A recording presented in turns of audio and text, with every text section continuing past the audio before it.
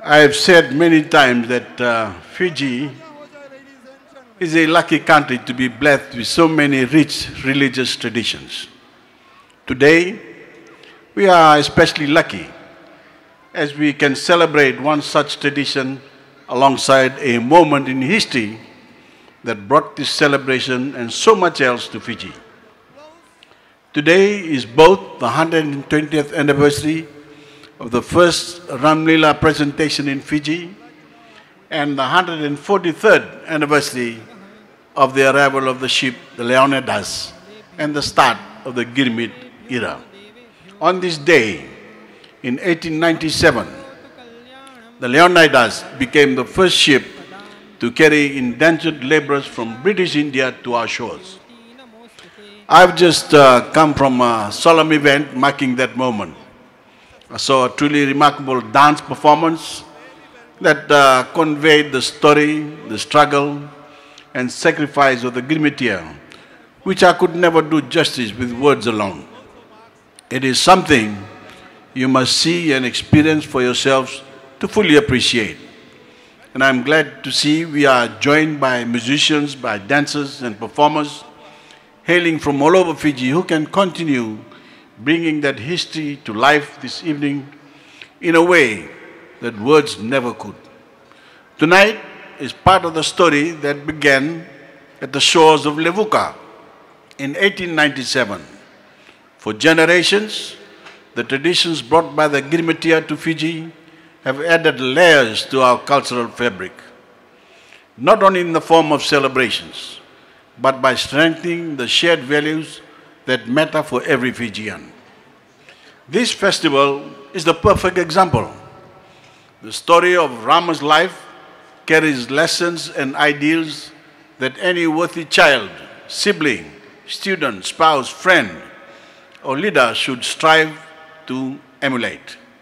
As I said earlier today, the history of the Girmit era was never properly taught to the nation.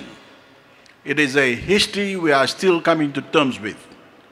Thanks to the hard work of our descendants, activists and historians, first-hand accounts of Girmitier have also been recorded for all to read. To really get a feel of what life was like at the time, to see through the eyes of the Girmitier, I encourage all Fijians, regardless of age, ethnicity or background, to take the time to read them. It is not always easy reading, but it is important because we must know all of history, the good and the ugly, the triumphs as well as the injustices. While Britain abolished all slavery in the empire in 1833, that change proved to sadly be in name only. British colonies still demanded cheap labor. In place of the slave trade, they turned to the practice of indentured servitude. For those who valued financial gain over the dignity of human life, indenture was an efficient system. Rather than purchase their victims and force them on board ships, they simply misled them with false promises and preyed on their hope for a better life. They systematically lied about the nature of work, the duration of work, and the likelihood that any indentured worker would ever return home. Those on board the Leonidas and those many ships that followed had never heard of Fiji before being sent here. Most expected a journey of days rather than months. Most expected to return home to their families after a few years of work. Almost none ever did. Instead, the Girmitier, as they came to be known, endured years of back-breaking labor under brutal conditions that met the definition of slavery that we hold today. They worked under the whip. Whether you call a slave or a servant, a threshing cuts the same. They lived under constant threat of abuse and sexual assault. It was not uncommon for laborers to be driven to suicide. They performed the hardest work of building the colonial economy, working cane fields, farming copra, laying brick, and carving out roads, all while earning wages too meager to fund a return home to British India. So the terms of their indenture ended. Once the term of their indenture ended, Fiji was where they stayed. This became their home, not by choice, but by circumstance. And it was our good fortune that they remained, because they made the best out of those circumstances through wonderful contributions to the nation in agriculture, in education, in medicine, and literature. They found schools and started businesses. Their food festivals and traditions added richness to our cultural fabric. So much of what we think of as Fijian, including roti and curry, was introduced by the Girmitian. But despite making enormous contributions to Fiji, their struggle did not end with indenture. Even after they were free to live their lives as they wanted, the colonial government never accepted the Girmitian as equal human beings, much less as full Fijians. What was painfully true for the first Girmitians was perhaps even more painful for their descendants, for whom Fiji was the only home they had ever known. This was their country, and they were Fijians. But they were not treated as Fijians. The British colonial government maintained its power by drawing and deepening lines between different ethnic communities. To maintain the European position of prominence, they made a scapegoat of the Indo-Fijian population, painting them as outsiders who were undeserving of a full place in Fijian society. They created anti-Indian sentiment and implemented a discriminatory system that placed one kind of Fijian over another, in law and in practice. No matter how much an individual achieved in a lifetime of work and study, they were always of lesser value because of their ethnicity. Under the then Legislative Council, with allowed for Voreqe representation, Indo-Fijians were not given votes or representation at all.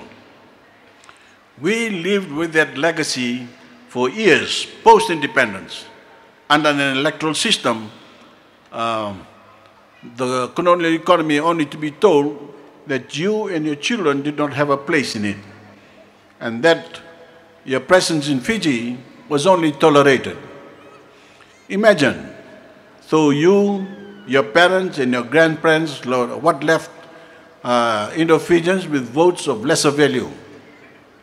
The injustice is almost impossible for us to comprehend in today's Fiji.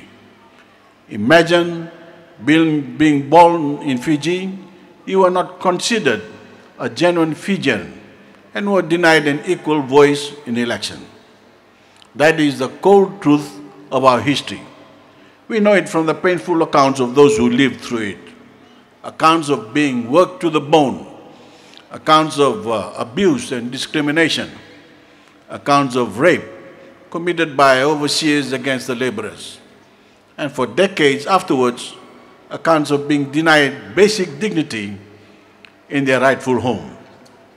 Everyone should know this story. It should have been taught in our schools from the day we gained our independence. It is part of our history, and we must know our history, not just the triumphs and the glories, but the injustices and the blemishes. I believe that if past governments had done this, we would have avoided the worst strategies to befall the nation. The yoke of oppression was built by the colonial government, but its legacy was carried forward in ignorance by certain groups of ethnic supremacists. These racists fell for the lie that Fiji was stronger as a divided nation. They were totally uninformed of history, and all of their short-sightedness and hatred were channeled into a single traumatic blow to the nation in the 1987 coup, which took place on this very same day, the 14th of May. We are not free from the legacy of discrimination that defined that dark era of our history. The ugly faces of ethnic and religious hatred in Fiji are creeping back into the mainstream of our national life. It is not enough to shut our ears to these voices of division. We must condemn them, because when we look to our history, we know how dangerous those who seek to divide our people can be. We have come a long way since the Girmit era, a long way since 1987, and a long way since 2000. Ladies and gentlemen, Your Excellencies, at the heart of this change sits the 2013 Fijian Constitution, which enshrines my government's unwavering commitment to protect the rights and freedoms of every Fijian equally. Thank you. It finally delivered recognition that was decades overdue by declaring every citizen of this country to be a Fijian, period. Fijians with equal votes of equal value. Fijians with equal protection under the law. Fijians united by a common purpose of building a better Fiji. We cannot change the past. We can choose our future. And we must choose a hopeful future together. Tonight we are here to celebrate and commemorate a sliver of the Girmitiya legacy. A legacy which is still being written by the descendants of those first brought from British India. I applaud you all for carrying this tradition forward across the decades and generations. Thank you for so openly sharing your joy with your fellow Fijians. Thank you.